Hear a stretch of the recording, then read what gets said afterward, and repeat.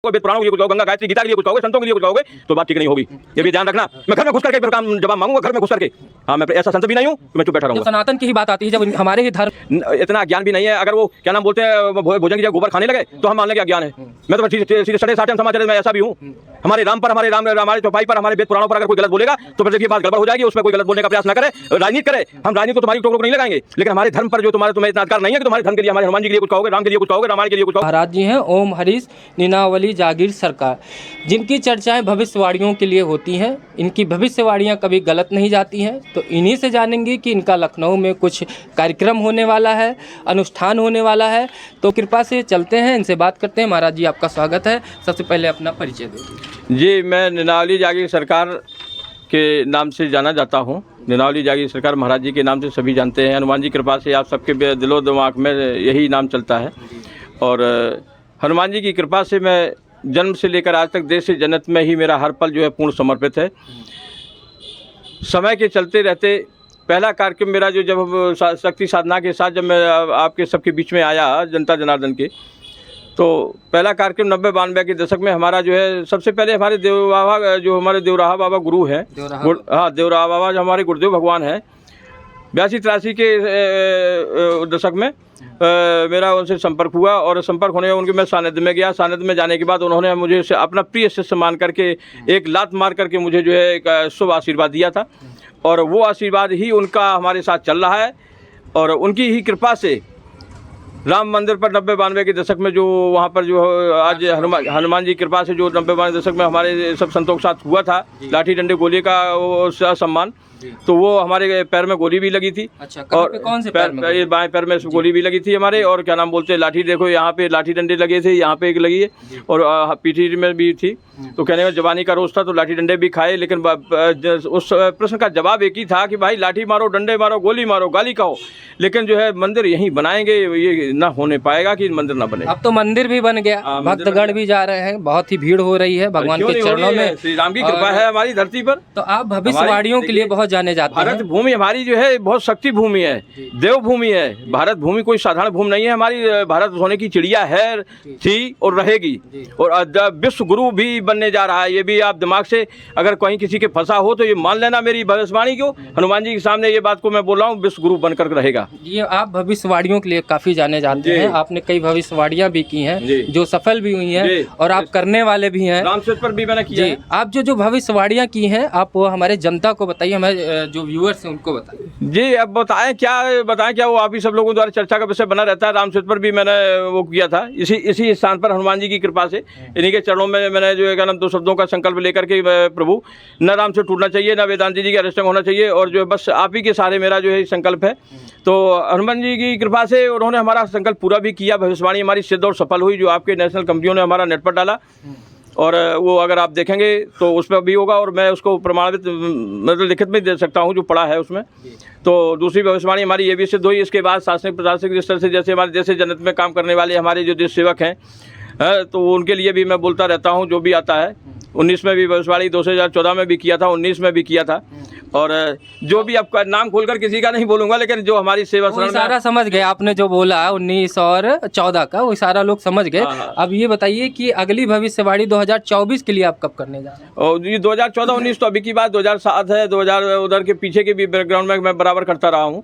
लेकिन इतना ज़्यादा हमारा कोई दिमाग ये नहीं रहा कि कोई बहुत प्रचार हो हमारा या कोई बात हो। और हमारा प्रचार हमें लगता है कि हनुमान जी कृपा से ही जो छुपता रहा, छुपाए रहे लोग। हमारे सनातन धर्म में संतों का बहुत ही सम्मान होता है। संत हैं तभी धर्म है, और जब धर्म है तभी संस्कार है। धरती पर जब तक संत है, गाय है, कन्या है, गंगा गायत्री गीता सुरक्षित है, तभी तक ये धरती सदी है। नहीं, ये समझिए कि उसी दिन धरती सतल को जाने वाली है। जिस तरीके से बीच में अभी पिछले कार्यकालों में संतों के ऊपर बड़े आरोप लगते रहे, संतों को अलग अलग मीडिया ने भी और बॉलीवुड ने भी एक तरीके से परसेप्शन बना दिया कि संत ऐसे होते हैं, वैसे होते हैं। जिस अब संतों के प्रति लोगों का जो मानसिक है वो बदल रहा है, उनको सम्मान दे रहे हैं। क्या कहेंगे, ये सरकार का असर है या आप लोगों का प्रभाव है? देखो, ये ऐसा है, ये वक्त का खेल है। वक्त आता है तो शेर को जो है क्या सियार बना देता है, और सियार को शेर बना देता है। वक्त राजा को रंग बनाता है, रंग को राजा बनाता है। वक्त आने पर ऐसे शेरों को बैठाल दिया है। मैं तो यही कहूँगा, शेर दहाड़ रहे हैं हमारे, प्रदेश और देश में कि वो जो सिर कहाँ पर काम करते हैं वो दुनिया जानती है ना। और ये संतों के लिए जो बुरा बोलेगा तो वो अपना देखिए कर्म प्रधान है, कर्म प्रधान विश्व कर रचि राखा, जो जस करे सो तस बल चाका, है ना। कर्म गत तारी नहीं टरी। एक कहावत में कहा है कि गुरु वशिष्ठ से पंडित ज्ञानी शोध के लगन धरी, सीता हरण मरण दशरथ को वन में विपत परी, कर्म गत तो उतारे नहीं टरी। तो कर्मों की गत न्यारी है, कर्मों गत किसी हम अगर अपना कर्म अच्छा करेंगे तो अच्छा फल पाएंगे और गलत करेंगे तो गलत पाएंगे। राजनीतिक रोटियों को सेंक जो आप लोग बोलते हैं, राजनीतिक रोटियों को सेंकने के लिए लोग संतों को भी बुरा भला बोलते हैं, कोई वेद पुराणों को भी बुरा बोलते हैं। लेकिन मैं एक ही कहना चाहता, माता पिता को भी बुरा भला बोल रहे हैं, जिनने पैदा किया उनको जो है क्या नाम वृद्धाश्रम में छोड़ रहे हैं, अनाथालय में छोड़ रहे हैं। तो ये सब चीज़ें जो हो रही हैं आज कलयुग में, ये कलयुग का असर भी है, कलिकाल का असर है, कलिकाल श्रापित है। और दूसरा चीज़ ये, मैं तो एक ही चीज़ कहना चाहता हूँ कि देखिए सभी लोग अपना बुद्धि विवेक संभाल के रखो। माता पिता से बढ़कर इस धरती पर कोई नहीं है, सबसे बड़ा गुरु माता पिता ही होता है। उसके बाद जो भी है, चाहे आत्मा कोई भी हो, सभी का सम्मान करना सीखें, सभी का सम्मान करें। और जो सम्मान आत्माओं का करोगे तो वही आत्मा ही परमात्मा है, साक्षात परमात्मा को रूप लेकर आपके अंदर विराजमान है। तो ये बताइए कि आपका जो कार्यक्रम अनुष्ठान होने वाला है वो कहाँ पे होगा, अब कब होगा, उस दिन आप कौन सी भविष्यवाणी करने वाले? जी, ये कार्यक्रम हमारा जो है आप लोगों को बताएं बेटा, चैनल के सभी साथियों को और चैनल के हमारे सभी प्रिय हृदय के बसने वाले सभी साथी हमारा साथ भी बहुत देते हैं। जाने क्यों देते हैं हम ये भी नहीं समझ पाते हैं। हनुमान जी की कुछ ऐसी कृपा है कि जो कार्यक्रम हमारा होने जा रहा है, ये हमने 22 जनवरी को जो हमारा जो 90-92 जो संकल्प लिया था, वो संकल्प पूरा होने के बाद 22 जनवरी को जब पूरा हुआ, 22 जनवरी को ही मैंने दूसरा संकल्प ये लिया है कि 108 हनुमान जी के सिद्ध महायज्ञ कार्यक्रमों का आयोजन देश में करूँगा, जगह जगह देश में करूँगा, विदेश में करूँगा। ये कार्यक्रम हमारा विदेश का मतलब ये आ जाता है विश्व शांति देश रक्षा जन भक्तों के कल्याणार्थ मिशन कार्यक्रम है मेरा। पहला कार्यक्रम 108 संकल्प जो हमारा 108 संकल्प लिया है, उस 108 संकल्प में ये फर्स्ट और लास्ट 108 दिवसीय रहेंगे हमारे, 108 दिवसीय रहेंगे। 108 दिवसीय के बाद जो बीच के हमारे 106 कार्यक्रम हैं, 106 कार्यक्रम हमारे जो है 7 दिवसीय, 5 दिवसीय, 11 दिवसीय रहेंगे हमारे। और सहयोग सबसे बड़ा आप सब लोगों का अगर सहयोग रहेगा तो भव्य और सुंदर दिव्य बनने में हनुमत की कृपा कोई कमी नहीं रखेगी।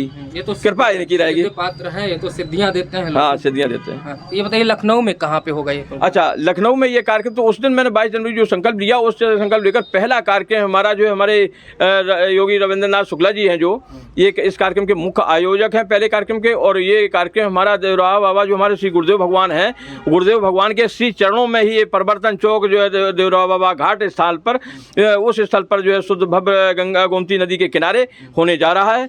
और इसमें आप सभी का देश, सभी देशवासियों का, देवराव बाबा के हमारे जितने अनुयायी हैं, हमारे जो गुरु भाई हैं, वो सबके मेरा आग्रह है आप सभी के चैनलों के द्वारा कि वो सब आएँ और हमारा जो सहयोग करें और शासन प्रशासन भी हमारा सहयोग करे।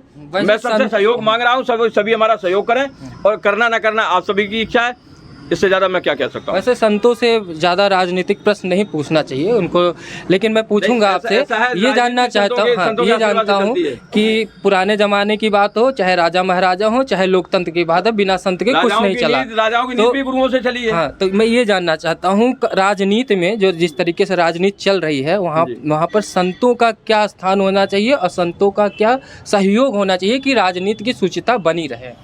संतों का स्थान तो जो भी देखिए देने ना देना ये आप सब लोगों का विषय है। किस पद से सम्मानित करते हैं, किस सम्मान से सम्मानित करते हैं, किस कद से सम्मानित करते हैं संतों का, ये तो आप सभी लोगों के दिल दिमाग में रहता है। संत कभी किसी को ना सम्मान मांगता है और ना अपमान मांगता है, ना वो अपमान को अपमान समझता है, ना सम्मान को सम्मान समझता है। और वो राजा हो, रंक हो, फकीर हो, संत वही है जो सबको एक नज़र से देखे। पहले चीज़, संत का काम है देश से जनहित का काम करना कराना। देश से जनहित करने कार्य में हमारे जो है देशभक्ति में, देश के जो है क्या नाम बोलते हैं, किसी भी कार्य में बाधा आती है, हमारा देश की राजनीति में कोई मतलब ज़्यादा कोई टूट फूट होती है तो संत जरूर दखल देता है। और संत रक्षा करने का काम इस वजह से करता है कि हमारे देश की जनता सुरक्षित रहे और देश की राजनीति हमारी भव्य सुंदर और दिव्य बनी रहे। कुछ राजनेता हैं ऐसे कि समझ में नहीं आता है उन राजनेताओं के बारे में कि रामचरितमानस जैसे धार्मिक ग्रंथ पर हमारे सनातन के लिए जो कि उसमें सवाल उठा देते हैं, कुछ चौपाइयाँ खोज के ले आते हैं। ये उनकी अज्ञानता दर्शाती है या उसकी नासमझ है या सिर्फ राजनीति के लिए वो सब चीज़ें? जी ऐसा है, इतना अज्ञान भी नहीं है। अगर वो क्या नाम बोलते हैं भोजन की जगह गोबर खाने लगे तो हम मान लें कि अज्ञान है। मैं तो सीधे सड़े साटे हम समाचार में ऐसा भी हूँ, हमारे राम पर, हमारे चौपाई पर, हमारे वेद पुराणों पर अगर कोई गलत बोलेगा तो फिर देखिए बात गड़बड़ हो जाएगी। उस पर कोई गलत बोलने का प्रयास ना करे, राजनीति करे। हम राजनीति को तुम्हारी टोक रोक नहीं लगाएंगे, लेकिन हमारे धर्म पर जो तुम्हें इतना अधिकार नहीं है कि तुम्हारे धर्म के लिए, हमारे हनुमान जी के लिए कुछ कहोगे, राम के लिए कुछ कहोगे, रामायण के लिए कुछ कहोगे, वेद पुराणों के लिए कुछ कहोगे, गंगा गायत्री गीता के लिए कुछ कहोगे, संतों के लिए कुछ कहोगे, तो बात ठीक नहीं होगी। ये भी ध्यान रखना। मैं घर में घुस करके फिर काम जवाब मांगूंगा, घर में घुस करके। हाँ, मैं ऐसा संत भी नहीं हूँ कि मैं चुप बैठा रहूँगा। जब सनातन की ही बात आती है, जब हमारे ही धार्मिक स्थलों की बात आती है, तब लोगों को अस्पताल और स्कूल और शिक्षा क्यों याद आता है? क्या अस्पतालों की कमी है? वहीं बनना जरूरी है जहाँ हमारे धार्मिक स्थान है? ये सब राजनीति प्रेरित लोग हैं, राजनीति से ग्रसित लोग हैं, और राजनीति से जैसी बीमारी कोई शरीर में लग जाती है, तो ये राजनीति इतनी सबसे बड़ी बीमारी है, और ये इसका नशा भी बहुत बड़ा है। क्यों? फ्री का फोपट का खाना चाहते हैं, कर्म करके नहीं करना चाहते हैं, वो तो सीधा राजा बनना चाहते हैं, राज सिंहासन चाहते हैं। तो राज सिंहासन ऐसे नहीं मिलता है। राज सिंहासन किसको मिलता है ये भी मालूम होना चाहिए आपको। प्रारब्ध लिखा के लाए हो तुम, अगर प्रारब्ध में तुमने कुछ किया है तो राजयोग पाओगे, और जो अब कर रहे हो वो आगे पाओगे।